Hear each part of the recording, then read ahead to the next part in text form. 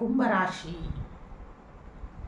2024ರಲ್ಲೂ ಸಹ ಗರ್ಭಶನಿಯಿಂದ ಅನೇಕ ರೀತಿಯಿಂದ ಮಾನಸಿಕ ಕಿರಿಕಿರಿಗಳು ಮತ್ತು ಹಣಕಾಸಿನ ಸಮಸ್ಯೆಗಳಿಂದ ಅತಿ ಹೆಚ್ಚಿನ ನೋವನ್ನು ಕುಂಭರಾಶಿಯವರು ಅನುಭವಿಸಿಬಿಟ್ಟಿದ್ದಾರೆ.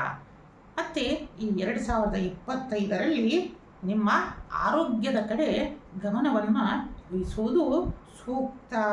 ಆದಷ್ಟು ಎಲ್ಲ ಕೆಲಸಗಳಲ್ಲಿ ಎಚ್ಚರದಿಂದ ಇರುವುದು ಒಳಿತು.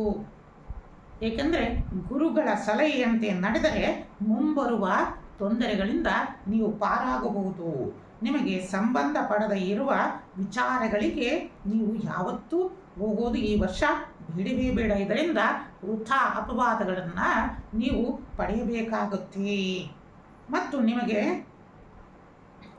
ಈ ಬರೋ ಮೇ ನಂತರ ವಿಶೇಷವಾದ ಧನಲಾಭಗಳು ಉಂಟಾಗುವುದು.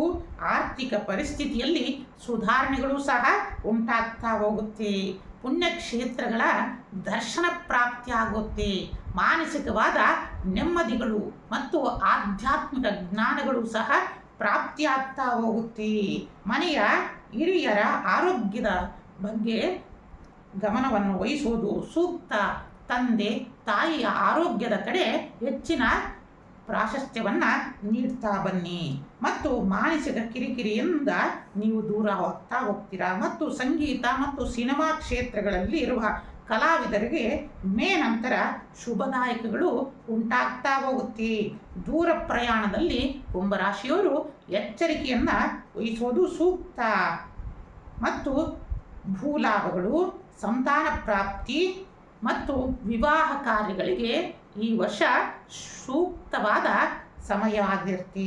ಹೊಟ್ಟೆಯ ಸಂಬಂಧಿತ ತೊಂದರೆಗಳಿಂದ ಅನೇಕ ರೋಗಗಳು ಉಂಟಾಗೋದರಿಂದ ಆದಷ್ಟು ನೀವು ಧ್ಯಾನ, ಯೋಗಾದಿಗಳನ್ನು ಮತ್ತು ಉಪವಾಸಾದಿಗಳನ್ನು ಸೂಕ್ತ ಜಾತಕಕ್ಕೆ ಸಂಬಂಧಪಟ್ಟ ದಿನಗಳಲ್ಲಿ ನೀವು ಆಚರಿಸುವುದರಿಂದ ಬರುವ ಅಪಾಯಗಳಿಂದ ಪಾರಾಗಬಹುದು.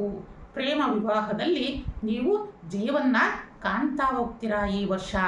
ಮತ್ತು ಇಷ್ಟಕಾಮೇಶ್ವರಿ ದೇವಿಗೆ ಬಿಲ್ವಪತ್ರೆಯನ್ನು ಸಮರ್ಪಣೆಯನ್ನು ಮಾಡುವುದರಿಂದ ಕುಂಭರಾಶಿಯವರು ಅದೃಷ್ಟದ ಮಹಾಲಕ್ಷ್ಮಿಯನ್ನು ಈ ವರ್ಷ ತಮ್ಮ ಮನೆಗೆ ಬರಮಾಡಿಕೊಳ್ಳಬಹುದಾಗಿದೆ ವೀಕ್ಷರೇ.